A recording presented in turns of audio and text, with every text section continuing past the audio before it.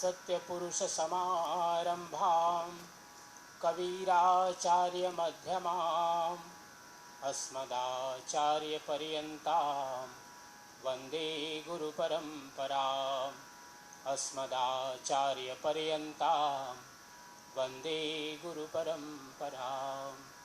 श्री सद्गुरुवे नमः।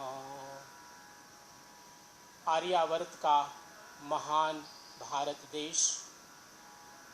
देश में उत्तर प्रदेश की काशी नगरी, जिसे हम वाराणसी के नाम से जानते हैं, विक्रम संवत 1456 में, तदनुसार सन 1398 सोमवार ब्रह्म मुहूर्त का समय, सत्यलोक से सत्यपुरुष सद्गुरु कबीर साहब का सूर्य की किरणों से लहर तालाब में कमल पुष्प पर अवतरण हुआ और लगभग 120 वर्षों तक सद्गुरु कबीर साहब ने हजारों नहीं लाखों की संख्या में जीवों को, प्राणियों को, मनुष्यों को, भक्तों को, हंसों को सन्मार्ग पर प्रेरित करने के लिए वे कार्य किए।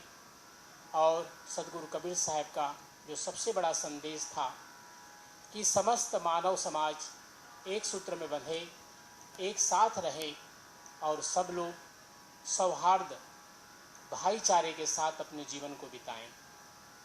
सद्गुरु कबीर साहब ने लहर तालाब पर प्रागट्य होने के बाद अपने बाल्यावस्था से ही सद्गुरु कबीर साहब के जो वर्तमान में दर्शन है उसका उन्होंने प्रचार प्रसार किया।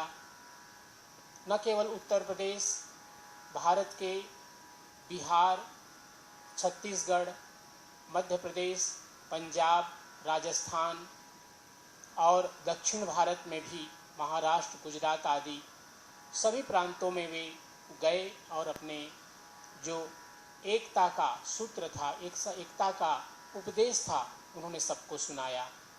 सद्गुरु कबीर साहब ने कहा कि वह परमात्मा एक है, भाई रे दो जगदीश कहाँ ते आया, कहू कौने बरमाया।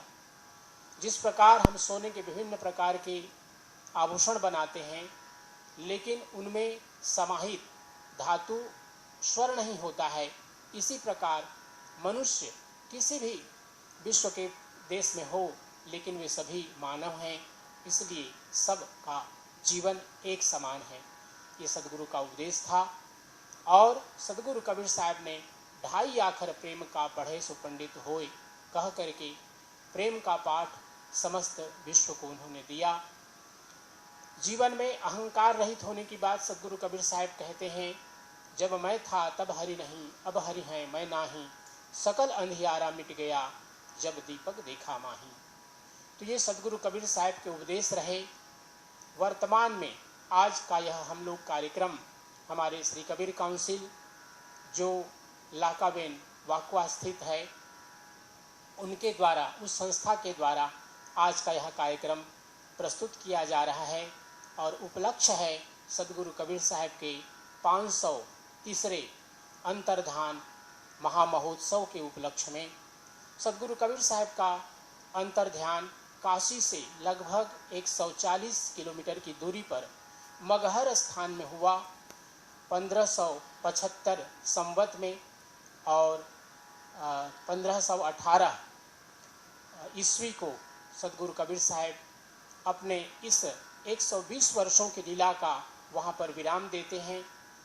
वहाँ पर अर्थात मगहर में, जो कि वर्तमान में कबीर नगर जिले के नाम से जाना जाता है, वहाँ पर अपने भक्तों को उन्होंने कहा कि यह स्थान शापित है, अर्थात यह एक वहाँ के लिए उक्ति थी कि काश्याम मरणान मुक्ति ही, काशी में जो मरता है उसकी मुक्ति होती है और जो मगहर में मरता है उसे गर्दभ योनि प्राप्त होती है। इस प्रकार मगहर जो शापित स्थान था, उसके उद्धार के लिए सद्गुरु कबीर साहब वहाँ पर अंतिम अपनी जो लीला थी वहाँ पर गए। वहाँ पर सुखी नदी, आमी नदी थी, उसको सद्गुरु कबीर साहब ने प्रवाहित किया, जो आज भी वहाँ पर अजस्र रूप से प्रवाहित हो रही है। सद्गुरु कबीर साहब के वहाँ पर अंतिम समय दर्शन करने के लिए भारत के भिन्न भिन्न प्रांतों से भक्त संत लोग आए यहाँ तक कि उसमें यवन संस्कृति से जुड़े हुए लोग भी थे। लखनऊ मगहर का जो नवाब था बिजली खां वहाँ पर उपस्थित हुआ। अयोध्या का नवाब मोहम्मद दौला वह भी वहाँ पर उपस्थित हुए। इसी प्रकार काशी नरेश, वीर सिंह बघेल और बांधवगढ़ नरेश श्री राम सिंह बघेल भी वहाँ पर उपस्थित हुए।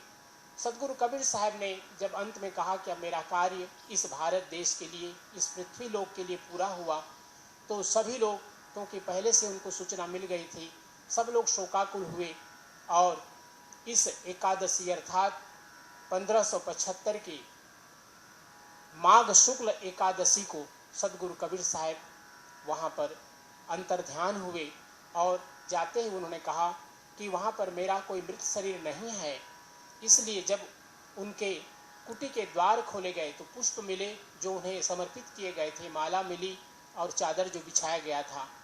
यवन संस्कृति और हिंदू संस्कृति के लोग उस दोनों भाग को दो भाग में किए उन वस्तुओं को, और एक जगह एक उसी स्थान पर एक तरफ शरीफ दरगाह यवन संस्कृति के लोगों ने बनाया और दूसरी ओर हमारे हिंदू सनातन आर्य संस्कृति के लोग समाधि मंदिर बनाए, जो आज भी एक बहुत बड़ा मिसाल है, एक बहुत बड़ा एक देखने के लिए कि किस प्रकार से एक ऐसा महापुरुष जिसको सभी संप्रदाय के लोग एक समान सम्मान करते थे, उसी के उपलक्ष्य में यह माघ सुदी एकादशी के निमित्त से सदगुरु कबीर साहब का अंतर्ध्यान दिवस हम सभी लगभग 120 देशों में हमारे हिंदू संस्कृति के लोग रहते हैं और जहाँ भी हमारे कबीरपंथी हैं वे सभी इस तिथि को सदगुरु कबीर साहब का अंतर्ध्यान दिवस मनाते हैं।